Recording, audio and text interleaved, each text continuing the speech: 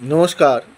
যদি আপনার রবিবার, সোমবার, মঙ্গলবার, বুধবার, বৃহস্পতিবার, শুক্রবার জন্ম হয়ে থাকে যে কোনো একটা বারে, তাহলে অবশ্যই আপনাকে প্ল্যানেট পজিশানটা আলাদা ব্যাপার, সেটা নিয়ে আমি পরে আলোচনা করব। তাহলে রবিবার দিন আপনাকে অবশ্যই নিরামিষ খাওয়া উচিত। কিন্তু দেখুন, আমাদের এমন অবস্থা হয়েছে রবিবার দিন আমাদের নাকি আমিষ খেতে হয়, মাংস। রবিবার হলেই নাকি মাংস খাওয়া নিয়ম।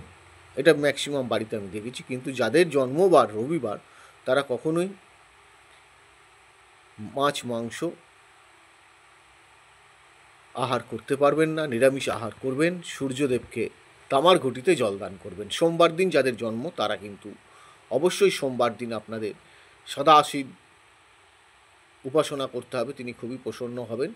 সোমবার দিন নিরামিষ খাবার গ্রহণ এবং দুধ অথবা দই কোনো মন্দিরে দান করবে। এবার মঙ্গলবার, মা মঙ্গলচণ্ডী, মা বগলামুখী, জয় বজরংবলী আশীর্বাদ পাওয়ার জন্য আপনাকে মঙ্গলবার দিন অবশ্যই নিরামিষ খেতে হবে এবং মন্দিরে কিছু দান, সেটা আপনার সাধ্য মতো। বুধবার শ্রী গণেশজি কৃপা পাওয়ার জন্য, যে কোনো দুর্ভোগ থেকে কাটার জন্য হৈং গং হিং মন্ত্র বা গণপতায় নমঃ এই দিন আপনার জপ করতে হবে এবং নিরামিষ আহার অবশ্যই, এবং গণেশকে দুর্বা দান। বৃহস্পতিবার যাদের জন্ম, মা লক্ষ্মীর আরাধনা, মা লক্ষ্মীর কৃপা পেতে গেলে তাকে অবশ্যই বৃহস্পতিবার দিন নিরামিষ খেতে হবে এবং মা লক্ষ্মীকে মিষ্টি প্রদান করতে পারেন। হলুদ রঙের মিষ্টি, খুব প্রসন্ন হন। শুক্রবার মাতা সন্তোষী মাতার অনেকে উপবাস করেন, অনেকে নিরামিষ খান। এইটা মেনে আপনাকে চলতে হবে।